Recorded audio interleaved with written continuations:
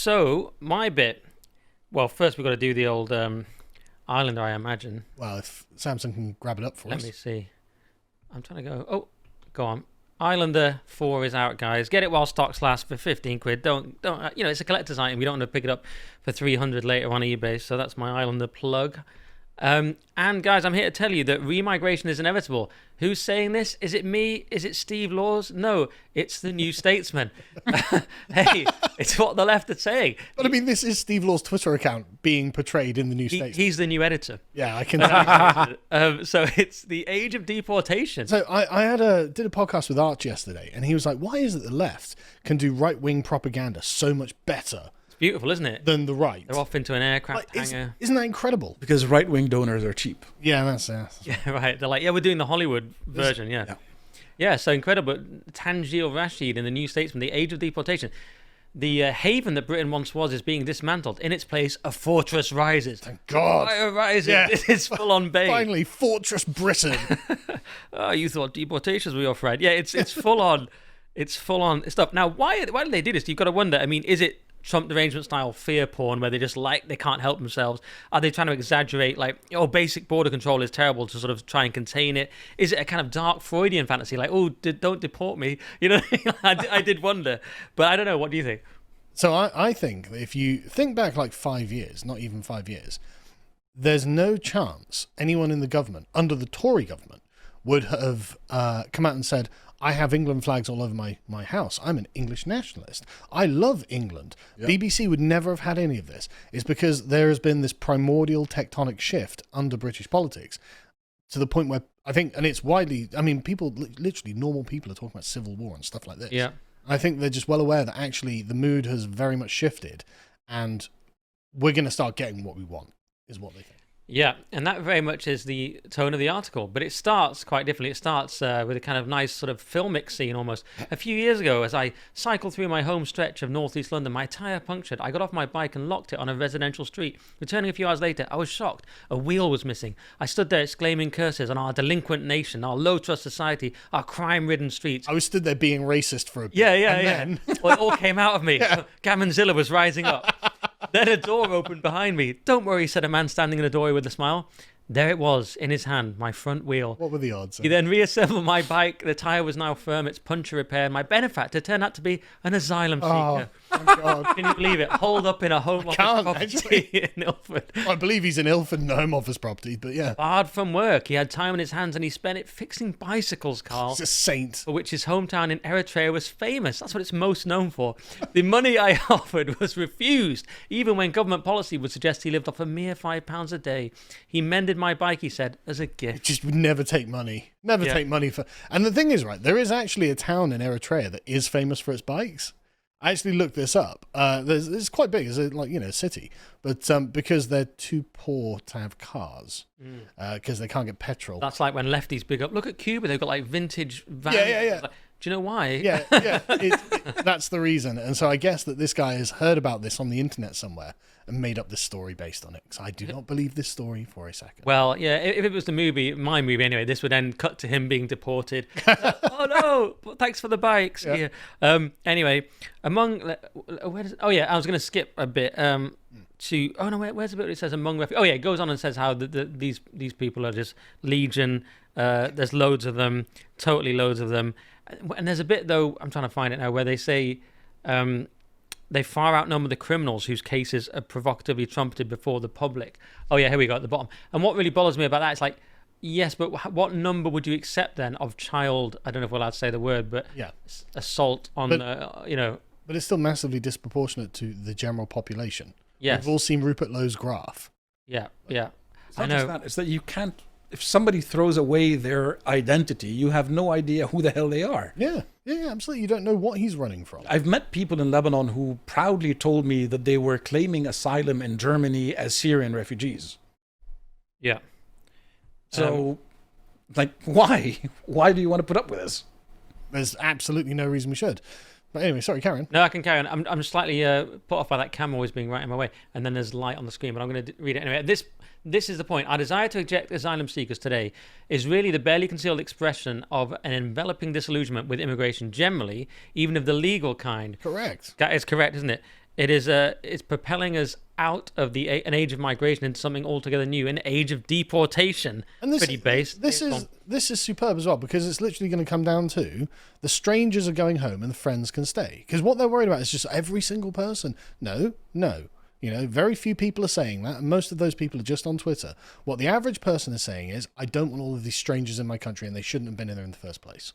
I mean, as a foreign taxpayer, I'm horrified at paying taxes to house some Somali guy with his 4 wives, who's cheating on benefits. Yeah, and we can literally just do it by that standard. It's not that hard. Yeah. It's not evil. It's common sense. If you were in the UAE, if you were in Saudi Arabia, none of this would be tolerated. If you were in Pakistan, it wouldn't be tolerated. You would have been ejected back to Afghanistan. Exactly. Yeah. So this whole thing is so just absolutely stupid. It reflects how they view the native population of this country as inherently evil and inherently irrational. And the more extreme they become, the more they will will into being something that is extreme and irrational. But the thing is that, like you said, being a net taxpayer, that's a good metric of friendship. Did you come over and take advantage of the system, or did you contribute to the system? This is a very good way of determining who are the friends and who are the enemies. And so if you have communities and households that are not net taxpayers, then they can go. And if you have ones that are, they can stay. This is a very simple and I think straightforward and quite logical and fair-minded way of fixing this problem. Seems fair. She goes on to talk about Rupert Lowe saying he would deport people involved in the grooming gangs. And she says, even if they were born here or held British citizenship, British Pakistanis were, in Lowe's eyes, essentially foreigners with another nationality who could legitimately be deported back to their true homes in Pakistan. Now, couldn't you say it was their behaviour by treating a certain group as other, namely English girls, and doing these horrific things to them, and because they're not of their religion and race, they did that to themselves. They identify themselves as foreigner. Yeah. When you see the whole dress code of the Pakistanis, this came into being because of a guy called Abul A'la al-Bawdudi, a Pakistani scholar back when India and Pakistan, back in British colonial times, who said that the Muslims and the Hindus were getting along too well. Therefore, the Muslims need to be dressed completely differently to mark themselves as Muslims, to make sure that there wouldn't be any sort of successful integration. Oh, we can't have them being So when you see these dress codes by the Pakistanis, they're marking themselves as foreign. Right. But also, if we just ask ourselves, how are we denoting the community that we're talking about? We denote it by reference to a foreign country. Yeah. Like, you literally call them the British Pakistanis to explain to us who you're talking about in this article. So Exactly. yes, unsurprisingly, we're like, oh, right, a foreign community. Yes. Because you can't describe them in any other way. Right, who keep agitating for an airport. Yeah, in mere Two-state community. God, I tell you what, if someone did build that, I'd be furious. It's bad enough as it is. Yeah. Even if it was for deportations only. Well, This bit, though, is very much what you were saying. It's a sign of how rapidly the Overton window of acceptable policy has shifted, that barely a year has passed since Lowe was forced out of his former party for proposing these mass deportations. And that is exactly... I mean, good work, lads, basically. Yeah. You know? And the funny thing is, she's now making Callum points, because Callum says 1 year ago they kicked Bo from the party for advocating mass deportations. Now it's completely mainstream. I mean, literally, Zia Yusuf is announcing a mass deportation policy. Yeah. Yeah, so totally based. Bo is ahead of the curve. Yeah. And now the New Statesman's admitting that's exactly what happened. So she's not wrong on the facts. It's a he that wrote this. Is it? Yeah. Oh, okay, sorry. It's a man, but it's fine. Okay, I couldn't tell because the name, I wasn't used to the name. Just looked him up. It wasn't English. Okay, sorry about that, man. I used the wrong pronouns. And anyway, he goes on to quote Enoch Powell. Now, there's always a danger when you quote Powell, because he's right about most things. He's going to be far more eloquent than you, and he's going to be far more correct than you. So if I can find the quote, it's kind of just that. Well, is it? Is that a different one? What Enoch Powell says today, Tory say tomorrow. Oh yeah, no, Based. It's what binds us. If only. So it's weird that I can't. Oh, there we go. It's just there. Oh yeah, here we go. So tell us what it is that binds us together. Enoch Powell, the prophet of the coming age, once demanded in a fantastical recital of English history, we can ignore the word fantastical there. Show us the Probably clue. was fantastic. Yeah, true. Show us the clue that leads through 1,000 years. The unity of England, effortless and unconstrained. The homogeneity of England, so profound and embracing that the counties and regions make it a hobby to discover their differences and assert their peculiarities. Isn't that exactly right? It's amazing. Yeah, and his whole speech, that's in 1964, and I think the 1961 speech is incredible as well, where he quotes later about the sap of England and how, despite the empire, there's still that key sort of core to it and root. Vitality. Yeah.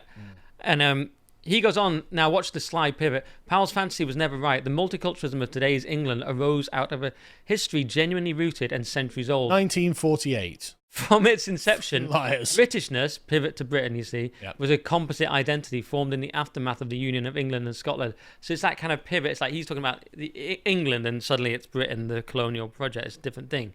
But its empire fated Britain to become a multicultural society moulded by generations of intercontinental free movement that would catapult Englishmen like Powell abroad and in turn people of diverse origins to Britain. That's so not true. Like, for hundreds of years, we had a world-spanning empire, and we didn't allow any of them to come here. Yeah, not just that. Let's pause and sort of go back to my neck of the woods. The Ottomans had an empire spanning parts of Europe, North Africa, Middle East, etc., etc., and they ended up being ridiculously nationalistic about Turkish identity. And why So was the that? idea that just having an empire means that you must therefore adopt multiculturalism is absolutely nonsensical. Well, if anything, it seems that having the empire is what makes you more nationalistic due to common exposure to foreign cultures, foreign nations. The Ottomans weren't particularly nationalistic when they ruled, but when their empire fell, they became ridiculously nationalistic. So the idea that you had an empire in the past, therefore now you must accept multiculturalism, like that doesn't apply anywhere else. And so why are you saying this when you know that it isn't true about the Muslim empire that's most relevant to you? Yeah, and actually, I didn't include it in the end, but Powell, I'll just read it because he had a brilliant bit on this in his 1961 speech. He says, he's talking about coming back from the empire and finding that England is still there. And he says, so the continuity of her existence, meaning England, was unbroken when the looser connections which had linked her with distant continents and strange races fell away. Thus our generation is one which comes home again from years of distant wandering. We discover affinities with earlier generations of English who felt no country but this to be their own. So he starts with Kipling and things that he's saying, okay, there was this generation of empire, but actually there's always an England there behind it that was never sullied by this. So completely different to the person writing this article. So true as well. Yeah. Incidentally, this is a great rebuttal to the whole Michaela story. That just because you learned about Enoch Powell or Rudyard Kipling or what have you, that doesn't mean that you'll actually become British. It could just as easily mean that you will use that history in order to undermine England. Yeah. So it just as a sort of incidental point here. Yeah. Now, this is a very interesting bit. This age of deportation is a global one. This is a paradox. The brutal reification of national borders through deportation is now a thoroughly globalized phenomenon. Why is that a paradox? So I'll explain. It's actually similar to your tweet. So where's the bit which says the nascent frenzy of Just underneath it. yeah, there's a Scroll down a weird little. thing on the screen that's like totally oh yeah, the nascent frenzy to expel illegal migrants in England is already in a very advanced state in India. So she talks about how this is the case in India. So what actually It's he. I've done it again. It reminded me actually of your tweet, Carl, because I think it's the same paradox as this. Yeah. That people from around the world are saying we want to have nations. So it's a global phenomenon, in a sense, of nations saying we are not the global sludge, we are nations. It's That's a the global paradox. reaction against globalism. Yes. You know, because globalism, by its nature being everywhere, trying to undermine every nation everywhere, has made the old adversaries realize actually they're kind of old allies as well. Yes. Yeah. Whether you realize it or not. And without the French, who are you fighting? Without the English, who are the Irish holding a grudge against? You know, without us existing as we are, none of it makes sense, and everyone's identity goes away. And actually, it'd be better to have a world of nations rather than of, like you say, the sludge. Yeah, exactly. And the fact your tweet got 71,000 likes, 14.4 Well, million views. Elon retweeted it. Oh, well, that'll help. That'll help as well. But it's obviously resonating with him and with many, and you're just saying what you've just said there. Yeah, sorry, there's a light right on the screen, which is why I keep acting retarded. So, but the other thing about this, he says the brutal reification of national borders suggesting they aren't real. Reification suggests they're an abstract that's made real. It's like, no, they are real. They're a border. It's the sea. Yeah. I just think that's insane. Even if there's something artificial that we construct ourselves, so is the bloody internet, and that's how you're earning your living. Your house. Yeah, exactly. So's your house. Just because we construct things doesn't mean they're not valid and decent and good. Yeah. And that's why we construct these things. Is because they're a good idea. Yeah. Yeah, and the only bit I agree with, in a sense, is that when he says dismantling international human rights laws is therefore not a solution, the answer, if it exists at all, lies in strengthening it so that fewer people are made stateless or forced to flee illegal wars and persecution. I mean, if they want to do that so they never leave in the first place, I'm down with it. But that would be fine. No. What he's saying is literally anyone from anywhere for any reason should be able to claim asylum in Britain. But what? Okay, I'm against it then. Yeah, of course, because dismantling international human rights laws isn't a solution for the shitlib globalist who writes for the New Statesman, but it is absolutely a solution for the normal people of the world. So that's what's going to happen. Yeah, I don't know how much time we have, but there was another article in the New Statesman as well, which was interesting because it was Andrew Marr, kind of a lefty but mainstream. Yeah. And it was probably too big to go through the whole thing, but he calls it the left's immigration failure. And his conclusion was different. He's not saying deportations are inevitable. He basically, in the piece, says he has a sort of technocratic Malthusian vision. It's all about managing resources. And he says the left's got to get ahead of this, but purely from a resource management thing. He says we're not going back from migration, which is different from the other article, but they're definitely going to lose if they don't manage it. And he's constantly worried throughout the article that actually it is going to be more like the other article describes it. It is going to be this brutal deportation thing. There's one particular bit in it that would infuriate you, though. He I'll see if I can find it. It's towards. He says there's a second obligation. So he talks about government having two obligations. I was kind of reminded when you said earlier, are you not furious about the way that migrants are being prioritized for housing and things like this? He talks about two obligations that the government has, but the first one, here we go.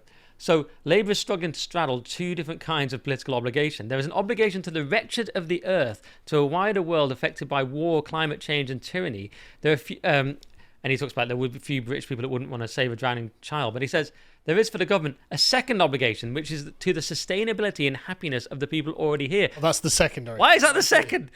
That means having an overview of the number who can be fed, housed, and educated sustainably. Notice also it's just so utilitarian, taking into account the reasonable and unselfish desires of the current population for space, air, and security. So there's no identity in the whole piece. He talks about there's militant Muslims against white English racists, and we all need to compete for space and air. So yes, there's an overpopulation problem, and okay, we don't want sex pests, but it's very kind of. It really shows actually the Labour failure to deal with any of this. It's totally managerial. It's totally materialistic. Yes. Like I realized that thinking about things in a materialistic way, I began to sort of change my mind about important questions. If you think that this is simply a material question, you will never understand it. Yep. It isn't. Right. So all I can hear is Gammonzilla chanting England, England, England. That's all I can hear when he speaks like this. So this is about the ideal, man. This is about spiritual questions. Yes. Of the nation. This isn't about materialism. Yeah, exactly. And even the sort of vision, at the end he sort of offers a vision. I can imagine a future a few years ahead in which the government, perhaps by using the deterrent effect of quick asylum returns and ID cards for all workers, copying the Danes and Swedes, begins to win the battle on migration. But then stop them! You're the ones letting them in! Again, it's so technocratic, and such efforts would inevitably start a conversation about sustainable population levels. This is the only way he can conceive of this argument. But I just don't understand. Like, the government could win the war on immigration. Well, who's stamping the visas? Well, it's the Home Office, obviously. Who's literally ferrying them in across the channel? Well, it's the Royal Navy and the Coast Guard, actually. We're the ones, we're letting this happen. We're not being overpowered or something. God, it's so frustrating. I know, and he's gaslighting on that. And there's one part in the article he even says, to repeat, there is, anyway, no going back. It's like, that's weird, because another article in the same publication says they're totally all going back. But he's like, there's no way back. This has happened now. It's sort of fake fatalism about it. Yeah. Well, that's just decisions by ministers. No, I've spoken to people, I'm not going to name them, who have just been like, look, we just have to accept that Islam is here now. It's like, you know what? Like in the early 20th century, we didn't accept a lot of stuff. Like 1920s, where we had like mass deportations between Greece and Turkey and stuff like this. Yep. We were just like, no, we're not having it. It's just a much cleaner solution if everyone just switches over. You know, and after World War II, the Germans were deported out of Eastern Europe. Yep. Just like, no, we're just doing it. And honestly, I can see something like that coming about again, because it's just like, look, there are loads of problems in the future, or we could just get this done cleanly without anyone being killed. You know, no one's going to die. It's just the easiest way for everyone. Yep. And honestly, generations in the future will thank us. Who are the men that pick for scraps amongst the ruins at the end of history? You should know, because you encounter them every day. Between the towering buildings of a fallen empire, we find the Fellaheen, the historyless men, who know nothing of the turning of the cosmic wheel and find themselves outside of civilization itself. Cut loose from the great chain of being, they represent the loam into which our dying culture will return. That is, unless we choose to take up the burden once again. This Fellaheen condition is the subject we explore in issue 4 of Islander magazine, on sale while stocks last and available worldwide at shop.loadseaters.com.